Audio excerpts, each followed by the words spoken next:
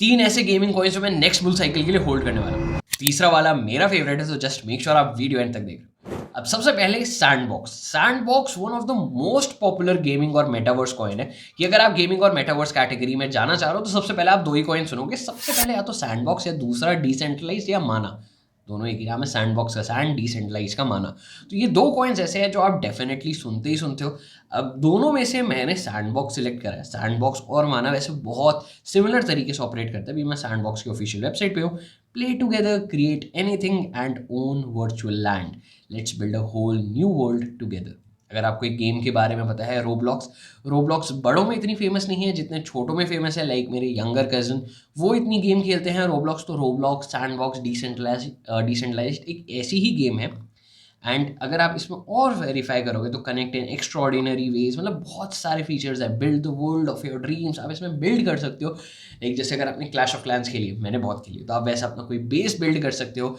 या फिर आपने कोई और गेम खेली है जिसमें आप अपनी बिल्डिंग्स बनाते हो थोड़े आर्किटेक्चर वाली, वो भी आप ये कर सकते हो। मतलब आप एक सैंड बॉक्स, एक आप ये समझो कि एक तरीके का इकोसिस्टम है, एक तरीके का डिफरेंट एक प्लेटफॉर्म है जहाँ पर आप जाके बहुत सारी चीज़ें कर सकते हो।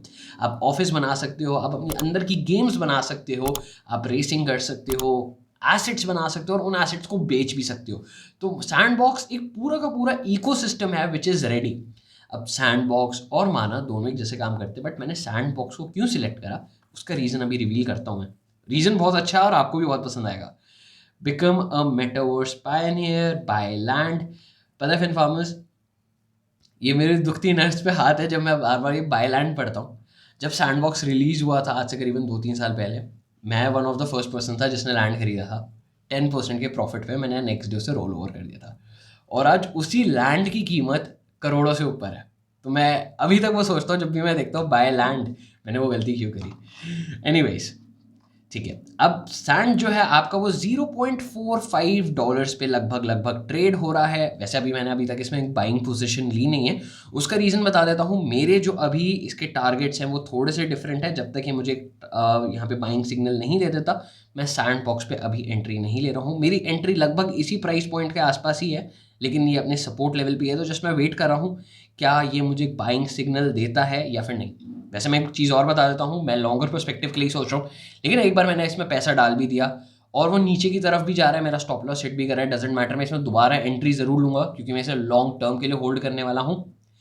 जैसे मोस्ट ऑफ द केसेस में मैं स्टॉप लॉस देखता भी नहीं हूँ कि अगर नीचे जा रहा है तो इट्स ओके, क्योंकि मुझे पता है रिसर्च वो कितना स्ट्रॉन्ग है कि इसने बुल साइकिल के टाइम पे ऊपर जाना ही जाना है।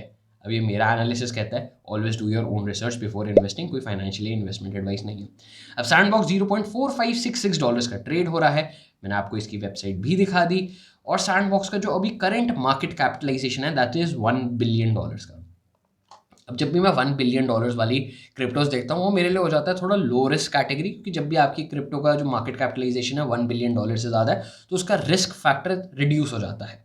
तो यहाँ पर इसकी जो कैटेगरी है दैट इज लो रिस्क, क्योंकि एक लार्ज कैप क्रिप्टो में आ जाती है। तो $1 बिलियन की इसकी मार्केट कैपिटलाइजेशन है और 24 ट्रेडिंग वॉल्यूम ऑलमोस्ट 100 मिलियन का है। तो which is a very good thing कि जितना इसका मार्केट कैपिटलाइजेशन है 10% तो डेली ट्रेड ही हो रहा है। लिक्विडिटी बहुत अच्छी है और अगर एज अ ट्रेडर मुझे अपॉर्चुनिटी लेनी होती है तो शायद मैं इसमें ट्रेडिंग भी करता, बट मैं इसको अभी इन्वेस्टिंग पॉइंट ऑफ व्यू के हिसाब से देख रहा हूँ। अब वो क्या ऐसा फैक्टर था जब मैंने बोला कि मैंने सैंड बॉक्स को चूज करा, नॉट डिसेंट्रलाइज या मैनो। रीजन सुनो। सैंड बॉक्स ने इंडिया में अपना एक नया वर्जन लॉन्च करा है which is known as Bharat box. Proud to be Indian, है ना। प्लस सैंड बॉक्स अब इंडिया में अपने आप को प्रमोट करने के लिए सैंड बॉक्स के नाम से नहीं कर रहा है। सैंड बॉक्स का अपने एक ऑल्टरनेटिव वर्जन निकाला है which is a Bharat box. Bharat box की भी ऑफिशियल वेबसाइट है, आपको नीचे डिस्क्रिप्शन में भी डाल दूंगा। तो अगर आप भारत बॉक्स पे जाते हो तो भारत बॉक्स भी आपका सैंड बॉक्स की तरह है, बट वो कंप्लीटली इंडियन इकोसिस्टम के हिसाब से बना हुआ है। एंड वहाँ पर भारत बॉक्स में बहुत सारी कंपनीज भी ऐड ऑन होनी शुरू हो गई हैं, जैसे हंगामा। मैंने हंगामा देखा है, मतलब हंगामा भारत बॉक्स पे आ रहा है अपनी एक वर्चुअल स्पेस क्रिएट करने के लिए। तो काफ़ी इंडियन कंपनीज जो है भारत बॉक्स को अडॉप्ट कर रही हैं और अगर वो अपने एक्सपीरियंसेस भारत बॉक्स पे लाती है, भारत बॉक्स सैंड बॉक्स का पार्ट है, तो डेफिनेटली उसकी जो वैल्यू है वो धीरे धीरे बढ़ती रहेगी। तो ये मेरा सबसे पहला रीजन था सैंड बॉक्स टोकन में इन्वेस्ट करने का। अब जल्दी से चलते हैं दूसरे कॉइन की तरफ। दूसरा कॉइन है हमारा Engine.io, launch top tier web 3 games. अब इंजन कॉइन क्या है? Engine is not a game, ठीक है, कि वहाँ पर जाके आप गेम करो। एंजन इज़ अ प्लेटफॉर्म जिसके ऊपर गेम्स बनती हैं, और एंजन टोकन जो है उन गेम्स में बाय एंड सेलिंग के लिए यूज़ होता है। मतलब इंजन टोकन की आपकी यूटिलिटी क्या है कि अगर आपको गेमिंग के एसेट्स खरीदने, मतलब NFTs बाय एंड सेल करनी है, तो आपकी इथेरियम, मैटिक इन सब में नहीं होगी, वो जी आपकी इंजन टोकन में होगी। और इंजन टोकन को खरीदने के लिए एक रीज़न और है, वो भी अभी बहुत जल्दी रिवील करने वाला हूँ। जल्दी से एक बार इसकी वेबसाइट देख लेते हैं। तो 230 मिलियन जो है ऑन चेन लिक्विडिटी अभी अवेलेबल है, 1.2 बिलियन के टोकन्स मिंट हो चुके हैं, 3 मिलियन के यूजर्स वॉलेट हैं, community members 1.1 million, made for mass adoption. ठीक है, इंजन की अपनी ब्लॉकचेन भी है which is purposely built for games, which is a very good thing. जो मैंने आपको अभी मार्केट प्लेस की बात करी, तो मार्केट प्लेस में ही आपके इंजन टोकन की सबसे ज़्यादा यूटिलिटी है। मोबाइल वॉलेट भी है, ठीक है, आप इसको QR कोड के साथ भी कर सकते हो, which is a very good thing, क्योंकि आजकल NFTs अगर आप QR कोड के थ्रू कर सकते हो तो बहुत अच्छी है। मैंने बहुत सारे NFT आर्टिस्ट को भी देखा, वो अपनी टी-शर्ट के पीछे वो पूरा QR कोड प्रिंट कर लेते हैं। Fuelling the ecosystem, go on the blockchain. ठीक है, मैं आपको ज़्यादा इसमें इन डेप्थ नहीं करवाने वाला हूँ। हम चलते हैं जल्दी से कॉइन गेको पे।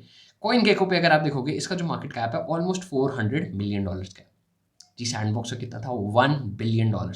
मतलब अगर मैं कंपैरेटिवली देखूँ, इसका करीबन 3 टाइम्स नीचे, 3 टाइम्स नीचे है। मतलब इसका रिस्क फैक्टर ज़्यादा है। अगर इसको पंप करना हुआ है बहुत तेज़ी से पंप करता है, और अगर गिरना हुआ बहुत तेज़ी से भी गिर सकता है। बट 300 का 400 मिलियन ऑलमोस्ट का भी मार्केट कैप इज़ गुड, बेकार नहीं है, अच्छा ही है क्रिप्टो स्पेस में। और इंजन कॉइन ये मेरा मिड कैप के लिए है, ठीक है, कि हमने एक लार्ज कैप कवर कर दिया, अब एक मिड कैप। क्योंकि मिड कैप में क्या होता है, अगर वो पंप होना हो सैंडबॉक्स से ज़्यादा पंप होगा। अगर सैंडबॉक्स फॉर एग्जांपल 5x का गेन देता है, तो इंजन जो है वो आपको 7x, 10x या 15x तक का गेन दे सकता है।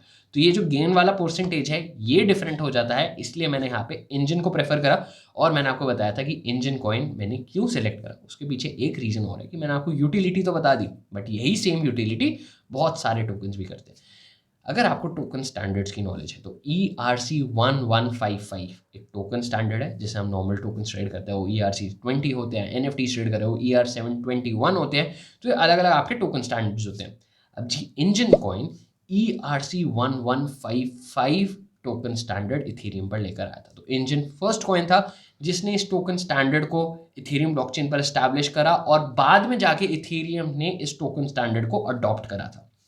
तो जी हाँ, इंजन कॉइन की बदौलत बहुत सारी गेम्स आज की डेट में फ़ायदा उठा रही हैं, क्योंकि ERC-1155 जो टोकन है वो गेमिंग में सबसे ज़्यादा यूज़ होता है। और वो सिंस बनाया ही इंजन ने है, इंजन उस टेक्नोलॉजी का क्रिएटर है, बेशक से इथेरियम पे डिप्लॉयड हो, तो इसलिए मैंने इंजन को अभी प्रेफर कर रखा है। एक बार जल्दी से सर्च भी कर लेते हैं कि इंजन अभी ट्रेड कितने पर हो रहा है। ट्रेड वैसे वो काफ़ी कम पे हो रहा है। मैं हालांकि क्लियर कर देता हूँ, इंजन में मैं पहले ही एंट्री ले चुका हूँ अपनी लॉन्ग टर्म के लिए, लेकिन सिंस अगर मुझे कोई और अच्छी बाइंग अपॉर्चुनिटी मिलती है, करीबन मैं अभी जो अपना लेकर चल रहा हूँ दैट इज़ $0.21 के आसपास, अगर मुझे यहाँ पे कोई एंट्री मिलती है तो मैं डेफिनेटली इंजन पे एक एंट्री और लेना चाहूँगा, क्योंकि अगर वो यहाँ से गिरता है तो जी हाँ, मेरे पास एक बहुत अच्छी बाइंग अपॉर्चुनिटी इसके बाद भी है। और फिर फार्मर्स, अब तीसरे कॉइन पर जाने से पहले, मैंने कहा था तीसरा कॉइन मेरा फेवरेट है, तो अब तीसरे कॉइन पर जाने से पहले अगर आप कॉइनएक्स एक्सचेंज पे साइन अप करते हो, नीचे डिस्क्रिप्शन में दी गई लिंक से, तो आपको $100 तक का एक साइन अप बोनस भी मिलेगा, और साथ ही साथ अप टू 20% ऑफ आपकी ट्रेडिंग फीस पे फॉर एवर। जो भी पैसा आप अपनी ट्रेडिंग फीस में बचा रहे हो, आप ही को बेनिफिट होने वाला है। और साथ ही साथ 100 USDT का एक साइन अप बोनस भी है। कंप्लीट ऑफर्स आगे लिखे हुए हैं कि कैसे कैसे आपको 100 USDT मिलते रहेंगे। तो अगर आप ट्रेड करने की सोच रहे हो, जस्ट मेक श्योर आप कॉइनएक्स के थ्रू करो, क्योंकि आपको ऑफर्स बहुत अच्छे मिल रहे हैं। अब चलते हैं अपने तीसरे कॉइन्स की तरफ। तीसरा कॉइन है नाकामोटो गेम्स। सतोशी नाकामोटो, तो नाकामोटो गेम्स तो सतोशी नाकामोटो के थ्रू ही इंस्पायर्ड हुआ था। अब नाकामोटो गेम्स अगर आप इन्वेस्ट नहीं भी करना चाहते तो उसके लिए भी मेरे पास एक उसके लिए भी मेरे पास एक ऑल्टरनेटिव है कि कैसे आप नाकामोटो गेम्स के थ्रू पैसा कमाना चाहते हो। और मैं अपनी थोड़ी स्टेटमेंट पहले वाली रिवाइज कर देता हूँ कि अगर आप इन्वेस्ट नहीं करना चाहते तो ठीक है, always do your own research before investing, और it is not a financial और इन्वेस्टमेंट एडवाइस। तो जी नाकामोटो गेम्स है वो आप एक तरीके से समझ लो, आपको गूगल प्ले स्टोर या ऐप स्टोर है, बिल्ट ओनली फॉर गेम्स, ठीक है। एंड इसमें जितनी भी गेम्स हैं, ठीक है, सारी की सारी प्ले टू अर्न गेम्स हैं, तो आप इनको खेल कर पैसे कमा सकते हो। तो आपका जो नाकामोटो गेम्स है वो कंप्लीट एक ऐसा इकोसिस्टम बना रहा है जनाब, जहां पर आप जाकर खेलो, खेलकर आप पैसा कमाओ। और इस पूरी इकोसिस्टम में अगर आपको यूज़ करना है तो वो जी नाकामोटो कॉइन ही होगा, NAKA इसका टिकर है। तो आप सिर्फ नाका कॉइन के थ्रू ही पेमेंट्स या तो दे सकते हो अगर आपको कोई NFT लेना हो, या फिर आप पेमेंट्स ले सकते हो सिर्फ और सिर्फ नाका कॉइन। तो हमारी यूटिलिटी डिफाइन होगी। देखो, अगर आपके टोकन की, आपकी कॉइन की कोई यूटिलिटी नहीं है तो इन्वेस्ट करना तो भूल ही जाओ। और जैसे जैसे नाका कॉइन की ग्रोथ बढ़ती जा रही है, जब मैं इस पर रिसर्च कर रहा था तो काफ़ी सारे VCs इसको बैक करे। तो अगर VCs बैक करे, which is a very good indicator उस कॉइन के लिए। लेकिन VCs के साथ एक रियलिटी भी बता देता हूँ। VCs क्या होते हैं, उन्हें हमारी परवाह नहीं होती, उन्हें अपने प्रॉफिट से लेना देना होता है। अगर VCs उस प्रोजेक्ट में आ रहे हैं तो इतना क्लियर इंडिकेशन है कि उस प्रोजेक्ट का प्राइस पंप मारेगा। लेकिन VCs को ये चीज़ पता होती है कि पंप हम लेकर आए हैं तो हमें एग्जिट करना है। तो सिर्फ एक रिस्क फैक्टर यहाँ पे रहता है जब इतने सारे VCs आ जाते हैं कि अगर प्राइस पंप मार रहा है तो VCs ही तो कहीं उसे पंप नहीं कर रहे, और पंप करते करते वो मार्केट को बहुत ज़्यादा ओवर प्राइस भी कर देते हैं और वहाँ पर सारा डंप कर देते हैं प्राइस। ठीक है, तो वो प्राइस स्पेक्यूलेशन एक अलग चीज़ है। लेकिन अगर VCs इसको बैक करें तो इतनी मुझे एक चीज़ क्लियर है कि जी आर्यन, इसका प्राइस ऊपर जाने वाला है और इसकी अडॉप्शन बढ़ती जा रही है, इस पर नई नई गेम्स आती जा रही हैं और काफ़ी ज़्यादा गेमर्स जो हैं इसको अडॉप्ट करते जा रहे हैं।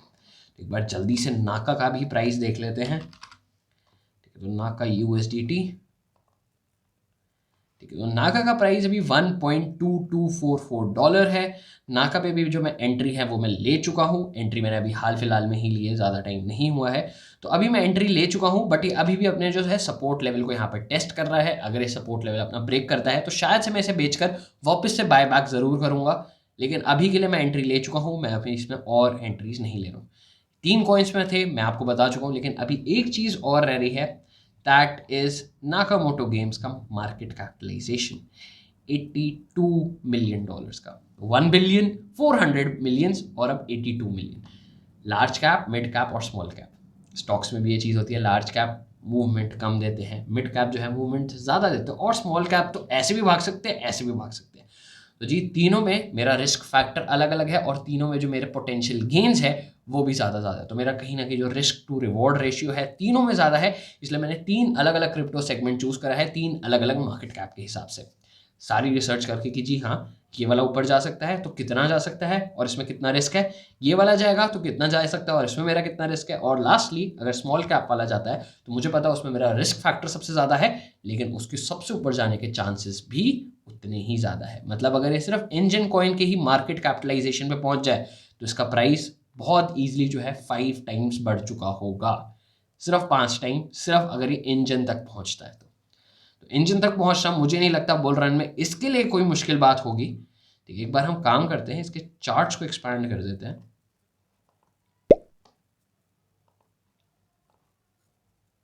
मैंने नाना सिलेक्ट कर लिया वीकली बेसिस पे। तो अगर हम वीकली बेसिस पे जाते हैं तो जी सतोशी नाकामोटो जो है ऑलरेडी जो है $2.9 तक जा चुका है।